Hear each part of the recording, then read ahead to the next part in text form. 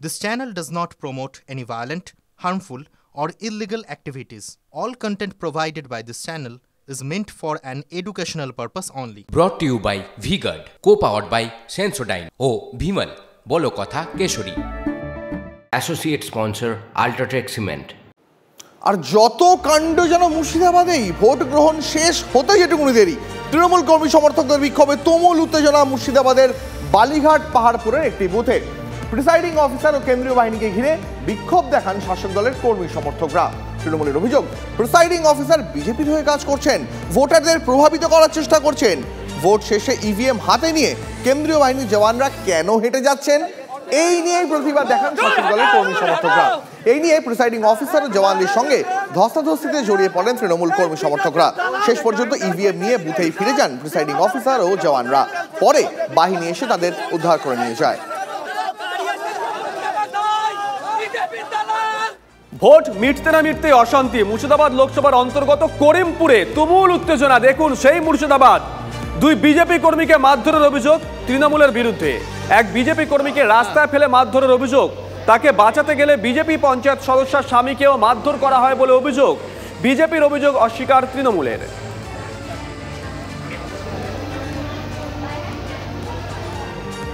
Vote মিটতে না মিটতেই অশান্তি। কংগ্রেসের এক বুথ এজেন্টকে মারধরের অভিযোগ উঠল, তারই বাড়িতে ভাঙচুরও করা হলো। ঘটনা মুর্শিদাবাদের শামশেরগঞ্জের জয়কৃষ্ণ গ্রামের এই এলাকা মালদা দক্ষিণ লোকসভা কেন্দ্রের আওতায় পড়ে। মারধরের ঘটনায় তৃণমূলের বিরুদ্ধে অভিযোগ কংগ্রেসের, অভিযোগ অস্বীকার করেছে শাসক দল। মালদার ছবি দেখাবো। ভোট কর্মীদের আটকে রাখাকে কেন্দ্র করে রণক্ষেত্র মালদার হবিবপুরের মঙ্গলপুরা। গ্রামবাসীদের সঙ্গে পুলিশের খণ্ডযুদ্ধ। মঙ্গলপুরায় গ্রামবাসীরা ভোট বয়কটের ডাক দেন। গ্রামবাসীদের অভিযোগ, বয়কট অমান্য করে 3 জন ভোট দেন। এরপরেই ভোট কর্মীদের আটকে রাখেন গ্রামের বাসিন্দারা। পরিস্থিতি সামাল দিতে ঘটনাস্থলে বিডিও গেলে তাকেও আটকে রাখা হয়। এরপর পরিস্থিতি সামাল দিতে ঘটনাস্থলে যায় বিশাল পুলিশ বাহিনী। তখনই পুলিশের সঙ্গে সংঘর্ষে জড়িয়ে পড়েন গ্রামবাসীরা। ঘটনায় বেশ কয়েকজন গ্রামবাসী ও পুলিশ কর্মী জখম হয়েছেন। পুলিশকে লাঠিচার্জ করেছে, আমাদেরকে সবার উপর লাঠিচার্জ করেছে। লাঠি চালালো কেন? আমরা রাস্তার জন্য ভোট বয়কট করেছি, পঞ্চায়েত ভোট বয়কট করেছি, এটাও বয়কট করেছি। সারাদিন আমরা রোদের মধ্যে থেকেছি। বিডিও সাহেব আর ডিএম সাহেব দুজনে মিলিতভাবে বাইরে থেকে 3 জন লোক নিয়ে এসে আমাদের সাথে বক্তৃতা দেওয়াকালীন চোরাই ভোট করেছে।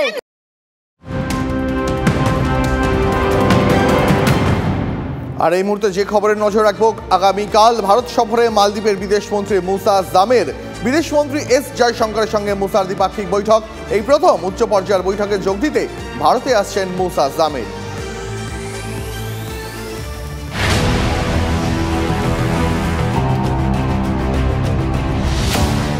আর এবার নজর রাখতে হচ্ছে উত্তরবঙ্গের একটা গুরুত্বপূর্ণ খবরে। মানুষের কাজকর্ম প্রকৃতির ওপর কি প্রভাব ফেলতে পারে, যার ফলে প্রকৃতি রুষ্ট হতে পারে, তার বুড়ি বুড়ি উদাহরণ আমরা এর আগে দেখেছি। আর এবার প্রভাবশালীরা কি করছে দেখুন। বালি পাথর, পাথর পাচার, মাটি পাচার। মুখ্যমন্ত্রী একাধিকবার হুঁশিয়ারি দিয়েছেন, কিন্তু সেই হুঁশিয়ারি কার্যত সার। ময়নাগুড়ির একাধিক নদী থেকে অবাধে এখনো দেদার বালি পাচারের অভিযোগ পাওয়া যাচ্ছে। একাধিক জায়গা থেকে, ধলা, জর্দা, জলঢাকা, বিভিন্ন জায়গা থেকে অভিযোগ উঠছে। প্রশাসনের সামনেই নাকি এগুলো হচ্ছে, আর প্রশাসন কার্যত নির্বিকার।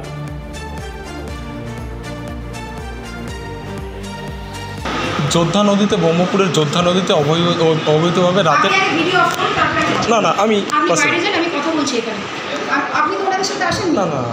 আমি তো অনেক কিছু যোদ্ধা নদীতে, ব্রহ্মপুরের যোদ্ধা নদীতে অবৈধভাবে রাতে না আমি আমি তো অনেক কিছু।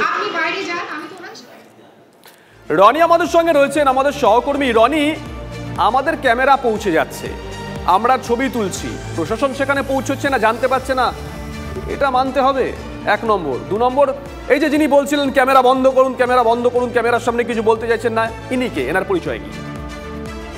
দেখো শুভজিৎ, প্রথমে তোমাকে বলে রাখতে চাইবো, এই ছবি কিন্তু গোটা জলপাইগুড়ি জেলা জুড়েই। আমরা যে ছবিটি আজকে দেখাচ্ছি সেটা জলপাইগুড়ি জেলার ময়নাগুড়ি ব্লকের একদিকে হচ্ছে ব্রহ্মপুর। সেই ব্রহ্মপুর এলাকার নদীতে বেআইনি ভাবে রাতের অন্ধকারে জেসিপি আর্ট মুভার দিয়ে বালি তোলা হচ্ছে। শুধু যে ব্রহ্মপুরের ছবি এমন তা নয়। পাশাপাশি নয়াবন্দর এলাকা ময়নাগুড়ির জলঢাকা নদীতেও একইভাবে নদী থেকে বালি তুলে সেগুলোকে পাচার করা হচ্ছে সরকারি রাজস্ব পুরোপুরি ফাঁকি দিয়ে এবং অবৈজ্ঞানিক পদ্ধতিতে, এবং যার প্রভাব যে মানুষের উপরে পড়বে তা বলাই যায়।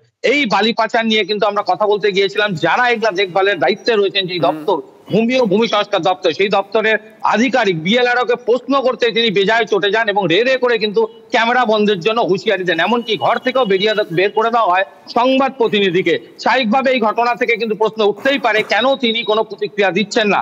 গোটা ঘটনা তাহলে কি জেনে তিনি চুপ করে রয়েছেন? বিরোধী এবং সাধারণ মানুষ, বিরোধী দল অভিযোগ তুলতে শুরু করেছে যে এই এলাকায় বালি পাচারের পিছনে প্রশাসনের এক অংশের তারা জড়িত, এবং যার কারণে এই দিনে দুপুরে এবং রাতের অন্ধকারে দেদার নদী থেকে বালি লুট করে রাস্তা দিয়ে গাড়ি ছুটলেও ধরপাকড় চলে না। এবং বিরোধীরা কি বলেছেন শোনাবো, তবে তার আগে আরো একটা গুরুত্বপূর্ণ প্রশ্ন দর্শকদের উদ্দেশ্যে। দেখুন, একটা দ্বীপ দেখো, একটা বড় প্রক্রিয়া, একটা জেসিবি মেশিন ওখানে যাচ্ছে, বালি কাটা হচ্ছে দীর্ঘ সময় ধরে, বালি ডাম্পারে তোলা হচ্ছে, ডাম্পার অন্য জায়গায় যাচ্ছে, এতগুলো প্রক্রিয়া চলছে, প্রশাসন কোনো প্রক্রিয়া ধরতে পারছে না, বললে কেউ বিশ্বাস করবে? বিরোধীরা কি বলছেন শোনাই একবার। ময়নাগুড়ির পুলিশ প্রশাসন, ভূমি সংস্কার দপ্তর এবং তৃণমূলের নেতারা, ব্লক অঞ্চল নেতারা, জনপ্রতিনিধিরা, তারা মিলিতভাবে নদীর থেকে বালু লুট করছেন, পাথর লুট করছেন, নদীর গতিপথ পরিবর্তন করে দিচ্ছেন। ভাগের টাকা কলকাতার জায়গা মতো পৌঁছে যাচ্ছে, তাই পুলিশ প্রশাসন চুপ। আমাদের তৃণমূল কংগ্রেসের কোনো নেতা কোনো বালি পাথরের সঙ্গে যুক্ত নাই। এখানে আমার ধারণা বিজেপির কোনো নেতা বা কর্মীরাই এরা যুক্ত আছে, কিন্তু নিজেদের অস্তিত্ব টিকিয়ে রাখার জন্য তৃণমূল কংগ্রেসের নেতা নেতৃত্ব দোষারোপ দিচ্ছে। আমরা অবশ্যই দলীয়ভাবে একটা ইনকোয়ারি করব, দলীয় কোনো নেতা বা কর্মী যদি যুক্ত থাকে দল তার বিরুদ্ধে ব্যবস্থা অবশ্যই নেবে। পরিবেশ হিসাবে একটাই কথা বলে, সেখান থেকে যদি অবৈজ্ঞানিক পদ্ধতিতে যদি বালি পাথর তোলা হয় বা বালি বের করা হয়, তাহলে কিন্তু কোথাও না কোথাও সমাজের একটা বড় ক্ষতি হবে। বর্ষাকালে নদীর গতিবিধি চেঞ্জ হতে পারে, বর্ষাকালে ভয়ঙ্কর একটা ব্যবস্থা হবে, কারণ নদীর গতিবিধিটা যে কোনো জায়গা, কোথাও জঙ্গল, কোথাও গ্রামে ঢুকতে পারে। আমরা চাই অবিলম্বে প্রশাসন একটা নজর দিক। হ্যাঁ, গ্রিন টার্মিনালে পরিষ্কার অর্ডার আছে যে এইসব জিসিপি প্রক্লিন লাগিয়ে কিন্তু যেখানে সেখানে অবৈজ্ঞানিক পদ্ধতিতে মাল নেওয়া উচিত না।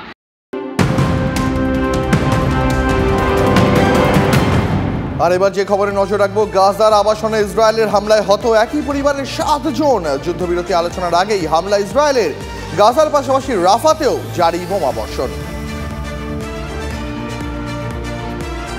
ব্রট to you by V Guard, co powered by Sensodyne ও ভিমল বলো কথা কেশরী। Associate sponsor UltraTech cement.